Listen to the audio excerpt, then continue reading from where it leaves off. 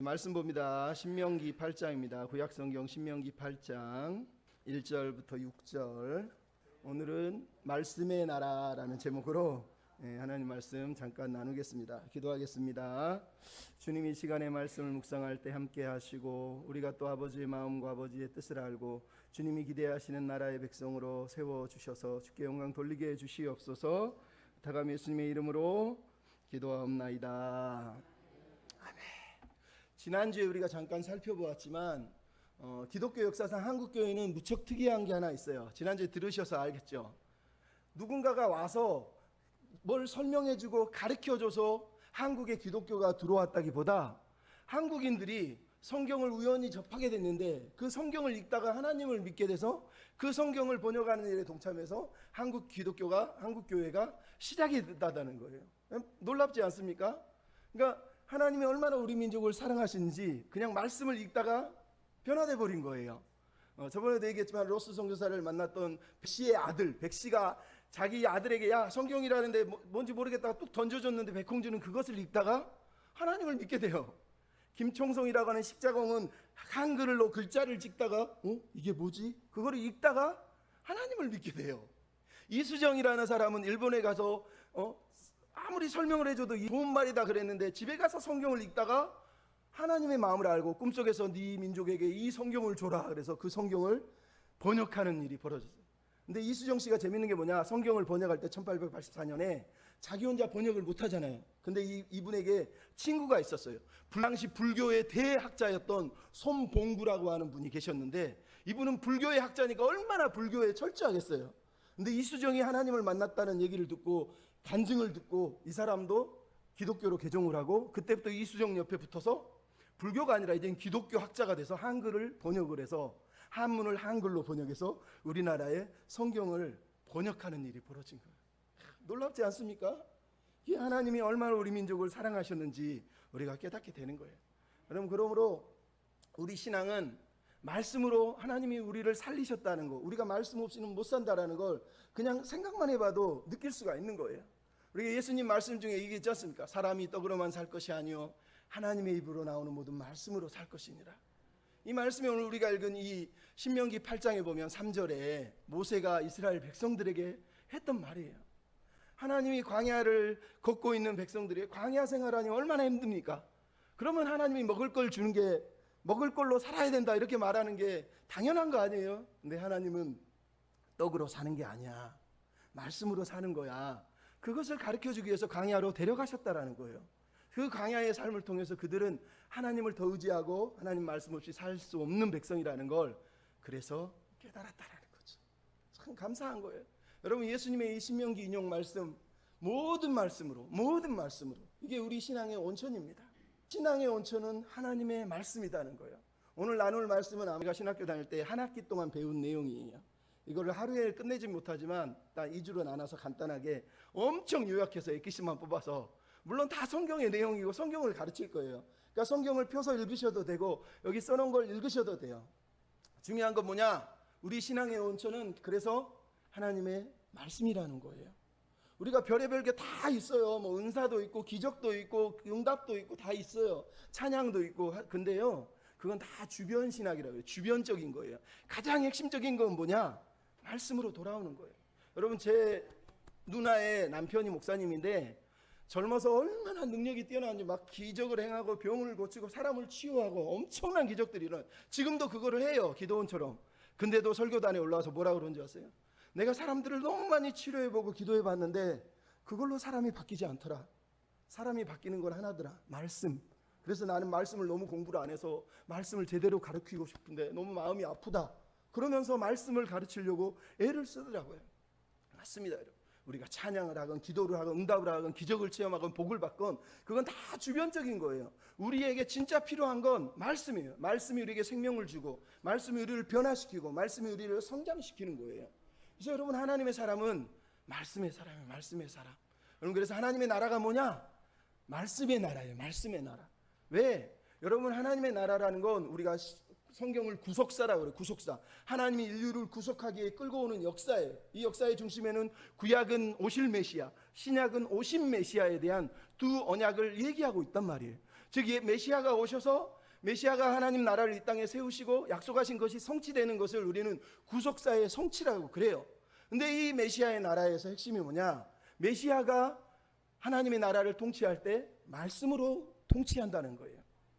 여러분, 우리는 메시아 그러니까 예수님 나 구원해 주셔서 죄에서 건져 주셔서 천국 가게 해 주셔서 여기서 끝나버린다는 거예요. 근데 신앙은 그게 목적으로 끝나지 않는다는 거예요. 왜 메시아를 보내셨다고요? 왜 하나님이 메시아를 우리에게 보내셨다고요? 하나님 나라, 메시아의 나라, 그 나라에서 하나님의 말씀의 통치를 받고 살게 하시려고 우리를 구원해 주셨단 말이에요. 그게 말씀이에요. 말씀. 그래서 하나님 나라의 통치 원리, 하나님 나라의 통치 기준은 뭐냐? 당연히 말씀인 거예요. 그러니까 우리는 말씀의 다스림과 말씀의 통치를 받는 백성이 되어야 되는 거예요. 그럼 성경을 읽어야지 하나님이 누군지, 예수님이 누군지, 하나님이 왜 예수님을 보내셨는지, 하나님의 꿈은 무엇이었는지, 하나님은 무엇에 아파하시고 무엇에 슬퍼했는지, 하나님은 오늘도 무엇 때문에 우리를 바라보고 계시는지 성경을 알고 말씀을 알아야죠. 말씀이 뭐예요? 하나님의 마음이고 하나님의 감동이고 하나님의 뜻이잖아요. 그래서 우리는 말씀을 계속해서 공부하고 읽고 스스로도 공부하면서 배워야 되는 거예요. 그러면 성경 첫 장을 보면 창조로 시작합니다.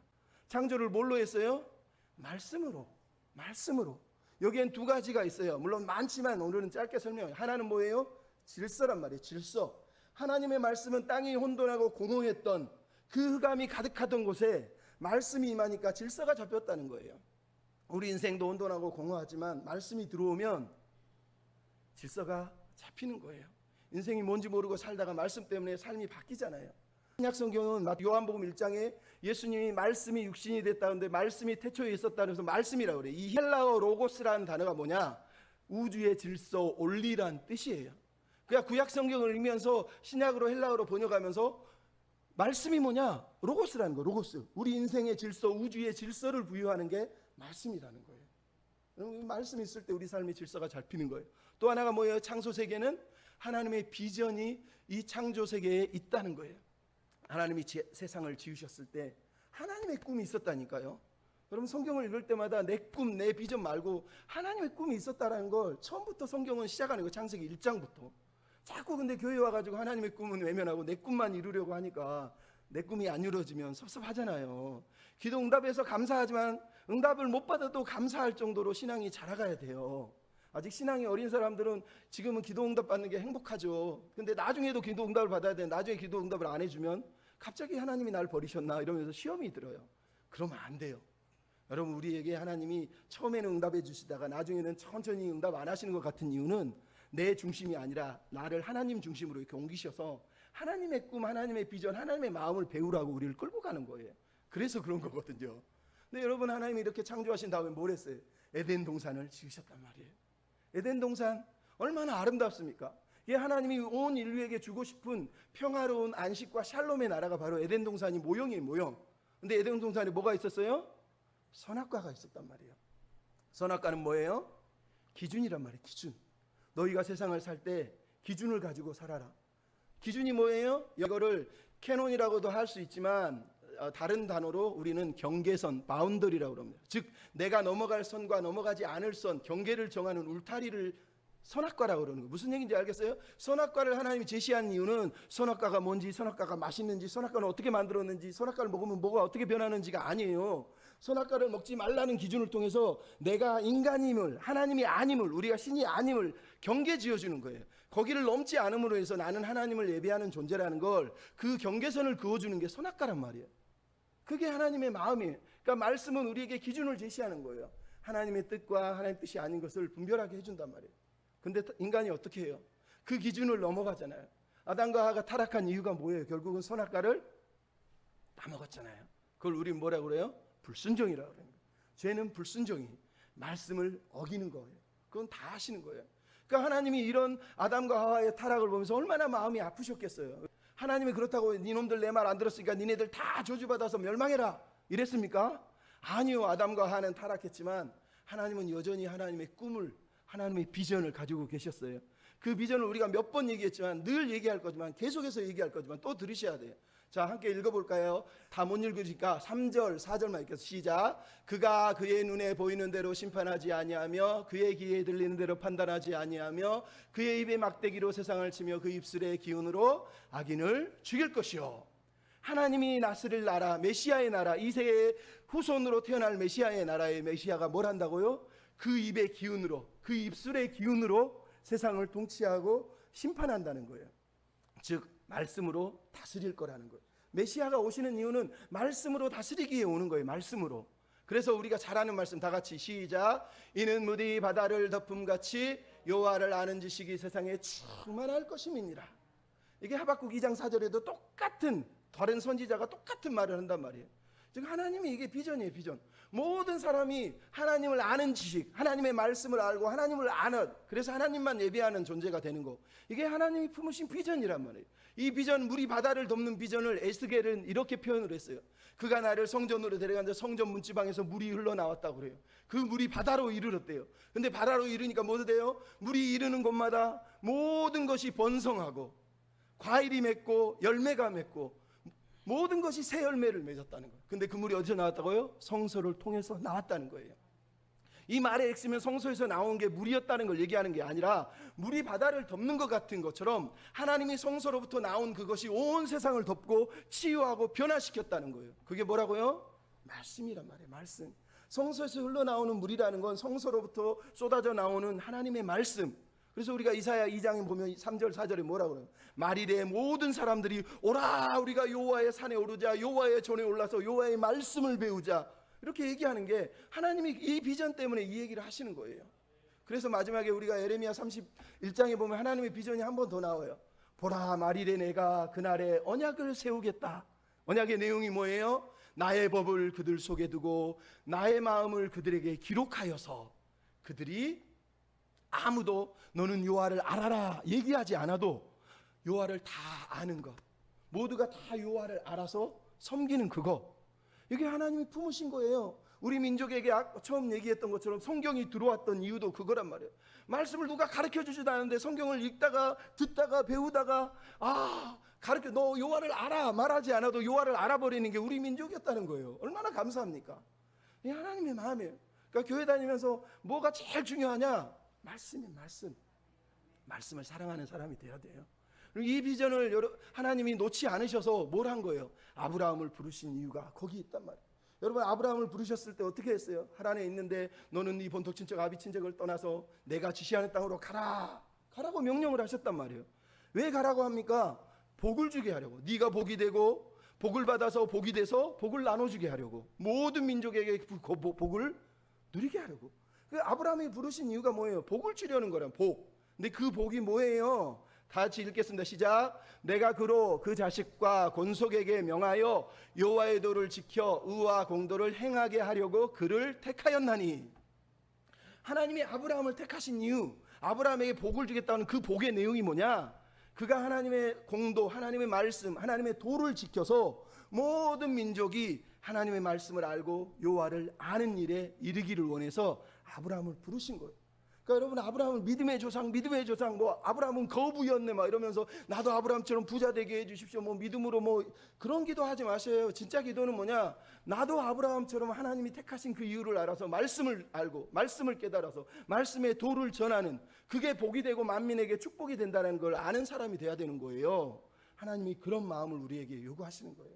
그래서 아브라함을 부르신 거, 아담과 하하가 버렸던 그 말씀 불순종을 회복하시기 위해서 아브라함에게 이 은혜를 주셨는데, 아브라함은 은혜 안에서 말씀에 그래도 꾸역꾸역 순종하면서 자기 아들을 어디다? 모리아산에다가 바치기까지 말씀에 순종하는 사람이 되지 않습니까?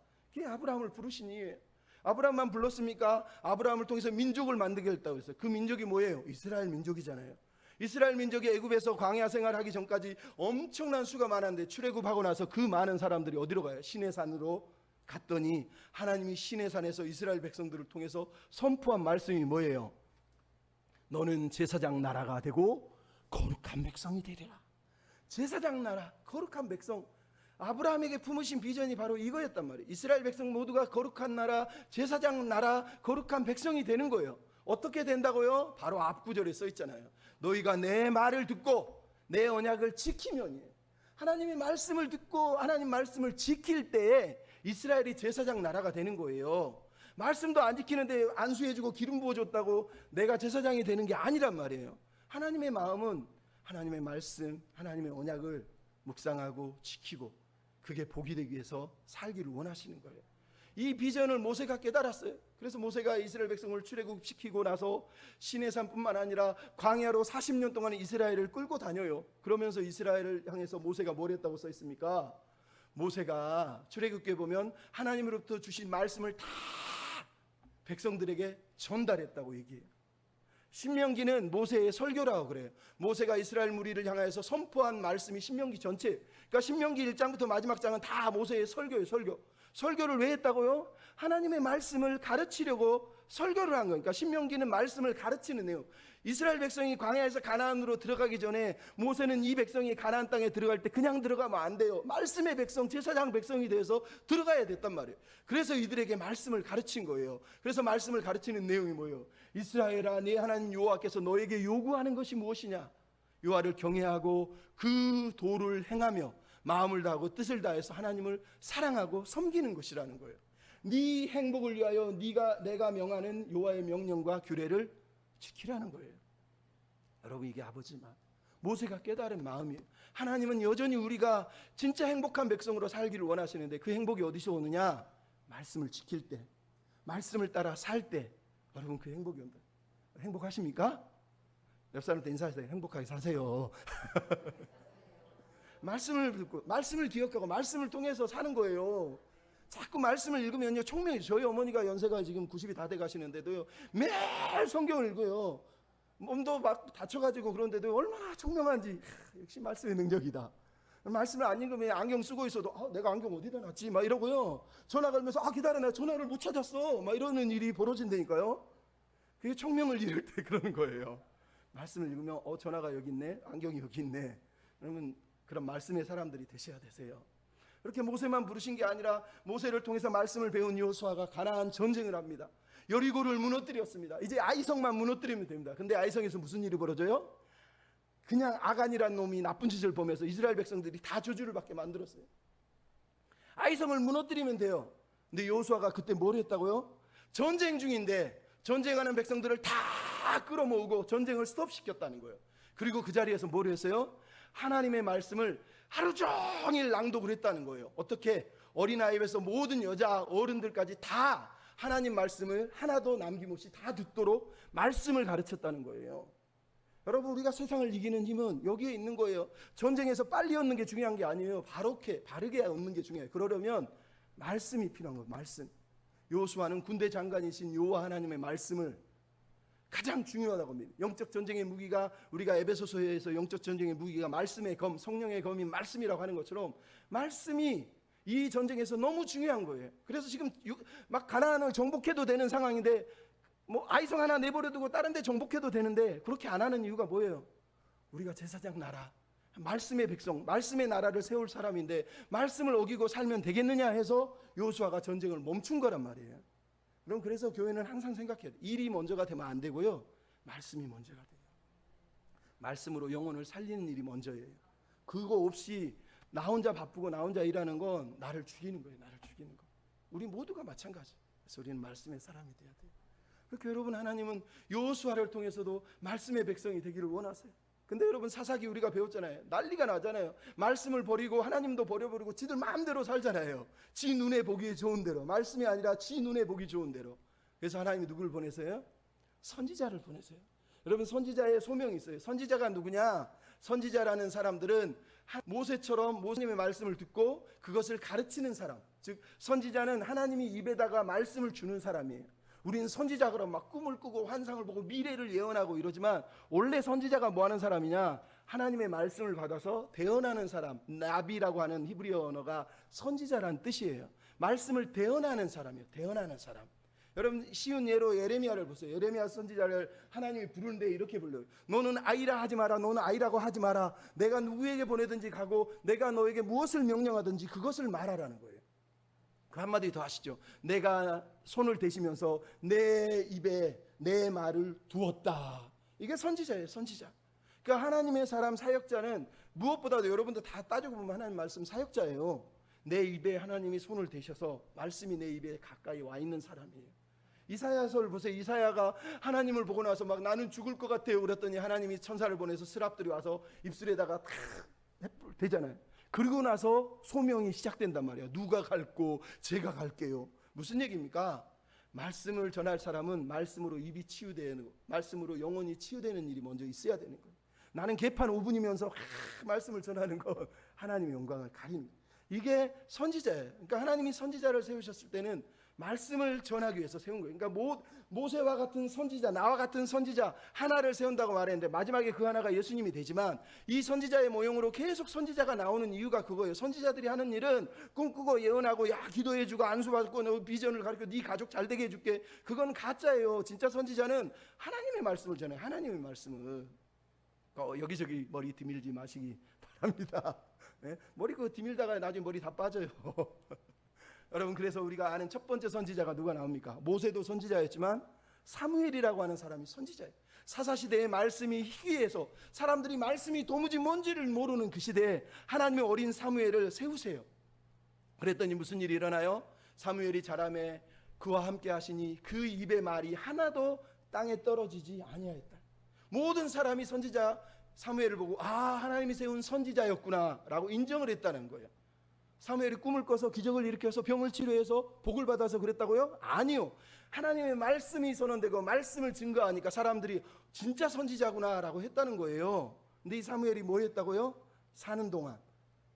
읽어볼까요? 15절 16절 시작. 사무엘이 사는 날 동안에 해마다 베델과 길갈과 미스바로 순회하여 그 모든 곳에서 이스라엘을 다스렸고. 사무엘이 했던 일이 이거예요. 모든 지역을 돌아다니면서 말씀으로 가르치고 말씀으로 다스렸다는 거예요.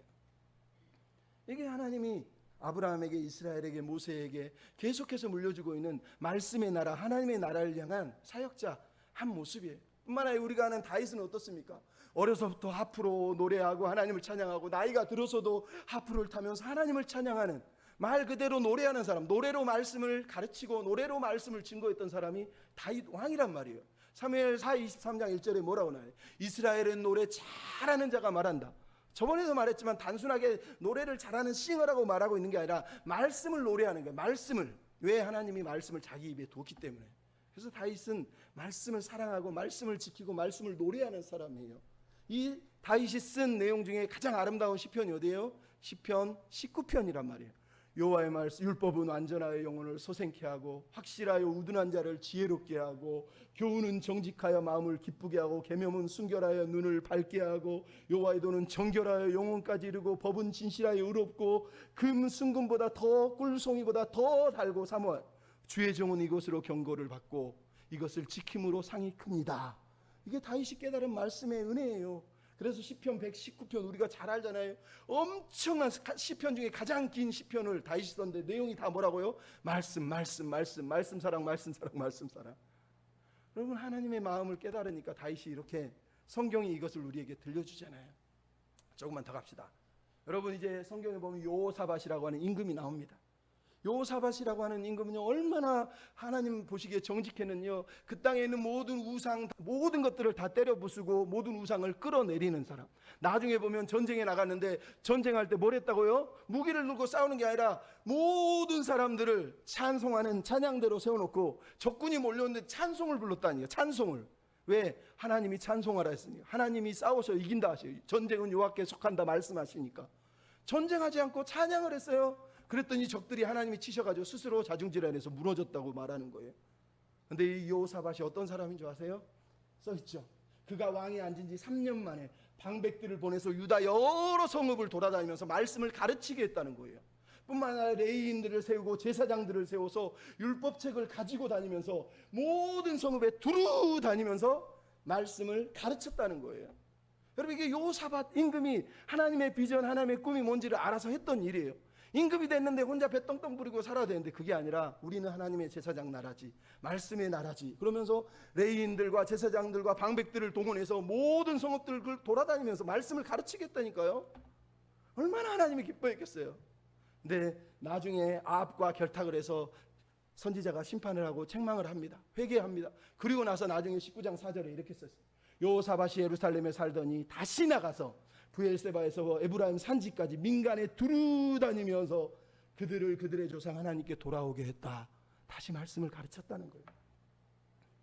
놀랍지 않습니까? 임금이 모든 사람을 동원해서 자기 평생 또 돌아다니면서 말씀을 증거하게 만들었다니까요. 성경에 써있는 역사의 열사. 또 다른 임금이 있어요. 요시야라고 하는 말씀의 개혁자 요시야.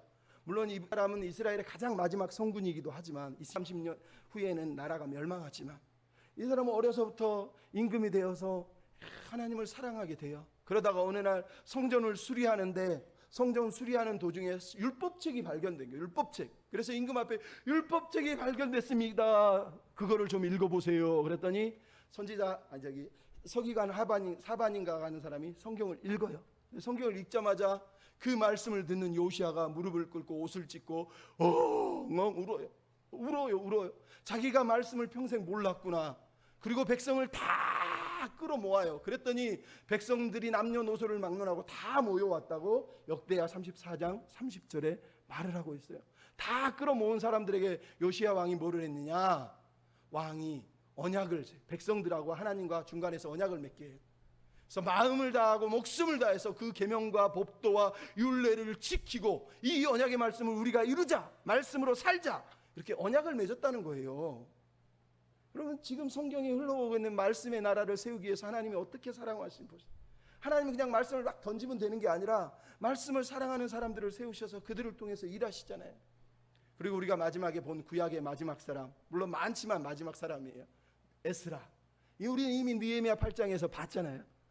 성벽이 무너진 성벽을 다 재건하고 나서 느헤미야가 가장 먼저 했던 일은 에스라 학사에게 말씀을 들려달라고 청하고 이스라엘 사람이 다 몰려왔는데 에스라 학사가 말씀을 낭독한다.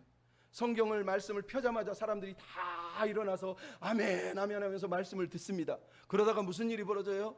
성경 강해가 끝나니까 레위 사람들을 다 뿔뿔이 흩어져서 소그룹을 만들어서 그들에게 말씀을 가르치게 번역하고 해석하게 해서, 왜냐하면 그들은 아람어라 히브리어를 이해를 못해요. 그래서 아람어로 다 번역을 해서 설명을 해줘. 그러니까 낭독한 말씀을 다 해석해주고 깨닫게 해줬다는 거예요.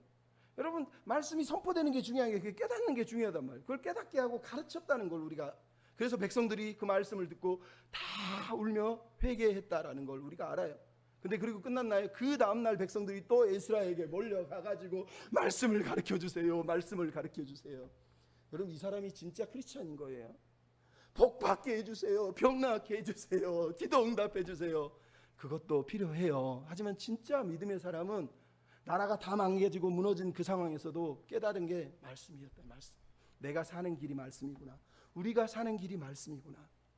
여러분, 이해하십니까? 이게 하나님의 마음이에요. 말씀의 나라에, 하나님이 꿈꾸시는 나라는 말씀의 나라. 모든 사람이 말씀을 이해하고 말씀에 붙들려서 말씀의 사람이 되는 거예요. 여러분, 이런 말씀의 은혜를 경험한 사람이 있어요. 우리가 잘 아는 사람 중에 세인트 어거스틴이라고 하는 사람이 있어요. 이 사람은 주전 4세기에 아버지는 시의원이고 아주 똑똑했지만 아주 방탕한 사람이었어요. 엄마는 독실한 기독교 신자였어요. 그럼에도 불구하고 어려서부터 이 사람은 하나님을 믿지 않았어요. 그래서 막 동네를 돌아다니면서 애들하고 막 나쁜 짓하고 도둑질하고 못된 짓하고 방탕하게 살아요. 엄청나게 못된 짓을 했다고 자기 고백록에도 써 있어요. 근데 어느 날 엄마가 너 안 되겠다, 공부 좀 하라고 하라고, 그러면 카르타고에 수사학과 라틴 문학을 배우러 보냅니다. 그래서 어거스틴이 결국은 카르타고에 가서 17살에 거기서 공부를 하는데, 그때도 자기의 정욕을 참지 못해가지고 한 여자를 만나서 13년을 살고 또 다른 여자한테 부정한 일을 범하는 일이 벌어져요. 그러면서도 또 철학을 너무너무 똑똑해가지고 열심히 공부를 하게 돼요.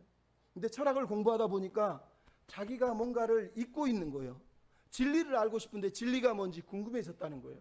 키케로의 글을 읽으면서 인간에게 중요한 건 영혼이구나, 이런 걸 깨달았다. 그래서 기독교에 관심을 가졌는데 기독교에 갔다가 실망을 했어요. 왜? 기독교에 딱 갔더니 하나님이 사랑의 하나님이라는데 세상에 이 땅에는 고통이 있고 악이 있고 하나님은 답이 아닌 것 같아. 그래서 기독교를 포기하고 마니교에 들어갔어요. 왜? 마니교는 선과 악이 세상에 존재하는데 서로 싸우고 있다, 막 이런 식으로 가르쳐 주니까 내 죄는, 나는 죄를 짓고는 싶은데 또 철학자들은 죄를 지으면 안 된다 그러는데 거기서 갈등하는 자기에게 마니교가 답을 준 거예요. 왜? 육체는 하찮은 것이지만 어차피 영이 중요하다면 육체로 죄를 지어도 된다. 그리고 그 모든 책임은 신에게 있는 거야. 이래 버리니까 와 자유다 그러면서 죄를 지으면서 자유한 거예요. 그러면서 10몇 년 동안을 죄를 지으면서 사는 거죠. 근데 그런 이 아들을 포기하지 않고 어머니 모니카가 기도해서, 물론 어거스틴도 똑똑했어요. 우연히 밀라노라고 하는 로마의 밀라노의 투사 교수로 불림을 받게 돼서 그쪽으로 가게 돼요. 어머니가 간절히 기도해서 그 당시 밀라노에 있는 성 암브로시우스라고 하는 주교를 만나게 됐어요. 근데 이 사람은 예배를 참석했는데 그 사람 설교를 듣다가 깜짝 놀랍니다. 자기는 한 번도 이런 설교를 들어본 적이 없어요. 그동안 자기가 믿었던 기독교가 다 잘못됐다는 걸 깨달았어요. 왜? 암브로시우스라는 설교자가 설교를 하는데 설교를 하는 그 내용을 듣고 내가 그동안 생각했던 기독교가 잘못됐구나. 기독교가 이렇게 합리적일 수가 있다니. 기독교가 이렇게 이성적일 수가 있다니. 내가 알고 있는 게 모든 게 틀렸구나라는 걸. 특별히 창세기 강해를 들으면서 내가 몸만 있는 게 아니라 영혼이 중요한 건데 이 영혼을 바라보시는 하나님이 영혼만 아니라 내 몸조차도 중요시 여기는구나. 그렇다면 내가 죄를 지으면 안 되는 거구나라는 걸 거기서 말씀을 들으면서 깨닫게 됐어요. 자기보다 더 똑똑한 사람, 라틴어뿐만 아니라 헬라어, 그리스어를 다 통달한 사람, 모든 책을 다 읽어가지고 모든 사람들이 우러러보는 그 설교자를 보면서 그 사람이 전하는 말씀 앞에 꼬꾸라지고 넘어지게 돼요. 계속 말씀을 듣다가 그때부터 철학을 포기하고 집에 가서 바울 서신을 읽어요. 바울 서신 읽다가 자기가 죄가 너무 많은데 죄가 해결되지 않아서 너무너무 괴로워요. 그래서 친구에게 야 너 잠깐 있어 그러면서 자기 집 정원에서 저 무화과나무 밑으로 뛰어가서 거기서 엉엉 울면서 하나님 왜 이렇게 죄가 많습니까? 왜 내 죄가 해결이 안 됩니까? 하나님 어떻게 해야 됩니까? 그러면서 엉엉 울어요. 그때 우리가 잘 아는 얘기가 나오죠. 아이들이 밖에서 노래를 부르는데 들어서 읽어라. 그래서 책을 들어서 읽으라는 줄 알고 성경을 딱 펴서 들어서 읽었는데 읽은 내용이 뭐냐고요? 로마서 13장 13절 14절이에요. 너는 낮에와 같이 단정히 행하고 어둠의 일을 행하지 말고 육신의 정욕을 벗어버리고 그리스도로 옷을 입어라. 그 말씀을 읽는 그 순간 그냥 말씀만 읽었는데 자기 영혼이 완전히 씻음받은 느낌, 내가 완전히 자유해져서 더 이상 죄 짓고 싶은 마음이 사라져버렸다는 거예요. 얼마나 감사했는지 거기서 감사해가지고 하나님 앞에 다시 고백록을 쓰면서 그때의 일을 기록을 해요. 그리고 이 사람의 핵심에서 나중에 온 교회, 가톨릭뿐만 아니라 기독교에서도 칭송받는 아주 위대한 교부가 됐던 거예요. 어떻게? 말씀이 그렇게 했다니까요. 마지막으로 여러분 이탈리아 가면 피렌체에 이 동상이 하나 있어요. 이 동상은 누구냐? 기롤라모 사보나롤라라고 하는 사람.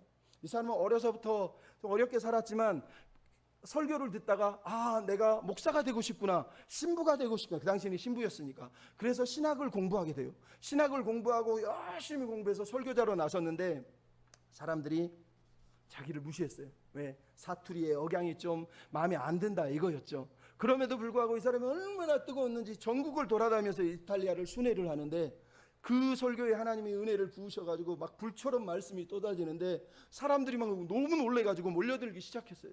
그래서 조그만 성당에서 예배하다가 나중에는 성 산타마리아라고 엄청난 곳으로 공간을 옮겨가지고 사람들이 막 떼거지로 몰려와가지고 함께 예배를 드리는 일이 벌어졌다는 거예요. 이 사람의 설교는 철저하게 말씀을 중심으로 해서 로마 교황이 무엇이 잘못했는지를 설명할 뿐만 아니라 당시 메디치 가문이라고 하는 피렌체의 최고의 가문, 그들이 갖춘 부와 명예와 향락과 그런 방탕함들을 고발하는 그런 책망하는 선지자적 설교를 한 거예요. 그러니까 사람들이 막 우르르 몰려와서 막 회개하는 일이 벌어져요. 그래서 무슨 일이 벌어졌냐? 산더미 같이. 여기 보면 이 그림은 로마 천주교가 그린 그림이에요. 이 내용이 뭐냐? 그림을 축소했다는 거. 원래 그림이 뭐냐? 사람들이 자기 집에 있는 고가품, 미술품, 금반지, 은반지, 마술책, 모든 세상 향락에 관련된 책들과 모든 물건들, 우상들을 다 들고 와서 광장에다가 옆으로 13m, 위로 21m의 산 같은 물건들을 쌓아서 허영의 화영식이라고 하는 불을 질러서 모든 걸 다 불태워버린 거예요. 모든 시민들이 박수를 치면서 찬송을 부르면서 우리의 우상들을 태웁니다. 우리의 물질적인 욕망, 우리의 소유욕, 우리의 죄들을 태웁니다. 그러면서 여기서 다 태워버린 거예요. 놀랍지 않습니까? 이 일이 어디서 일어났다고요? 말씀 때문에. 말씀을 사랑하고 말씀을 위해 살기 때문에 일어난 거예요. 여러분 말씀을 사랑하십니까? 말씀을 사랑하면 말씀이 내 영혼을 바꾸고요. 말씀이 나를 변화시키고요. 말씀이 나를 새롭게 하는 거예요. 그래서 내가 세상을 바라보는 게 아니라 말씀으로 하나님을 바라보는 거예요.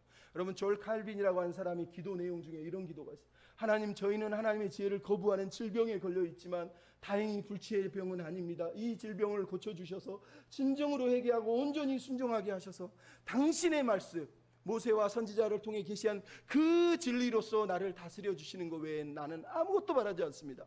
말씀으로 나를 다스려 주세요. 그렇게 기도했다는 거예요. 여러분, 우리 이 시간 같이 찬양하며 기도할 때 하나님 말씀으로 나를 다스려 주세요. 내가 하나님의 말씀으로 다스림 받고 싶습니다. 세상의 물질과 세상의 유혹과 세상의 모든 것들이 아니라 말씀이 다스리는 삶, 말씀의 통치를 받는 자가 되게 해주십시오. 우리 이런 마음으로 같이 찬양을 마쳤으면 좋겠습니다. 우리 주님께 순종해요. 마지막 찬양 같이 부르고 기도하고 마치기를 원합니다. 주님께 순종해요. 주님께 순종해요. 주님 사랑하니까요. 내 마음 주께 모두 맡겨요. 내 마음 약해질 때 주 사랑 알고파서 주님께 사랑으로 순종해요. 주님을 기뻐하게 하소서. 주님을 기뻐해요. 주님 사랑하니까요. 내 마음 주께 모두 드려요. 시험이 닥쳐올 때 주님 바라보아요. 주님을 사랑하며 기뻐해. 우리 함께 기도하는 마음으로 주님 내게 말씀하소서. 나 주님만 기쁨으로 섬기겠어요. 아무리 어려움 닥쳐도 내게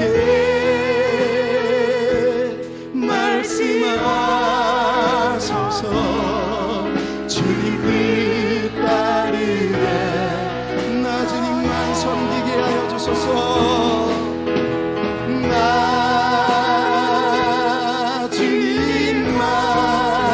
주님만 기쁨으로 섬기겠어요. 아무리 어려움 닥쳐도 내게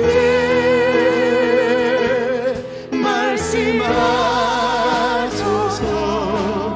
주님 뜻 우리 가슴에 손을 얹고 마지막으로 한번 해봅시다. 나 주님만 섬기게 하소서. 나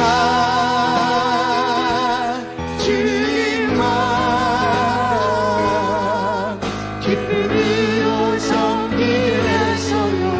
아무리 어려움 닥쳐도 내게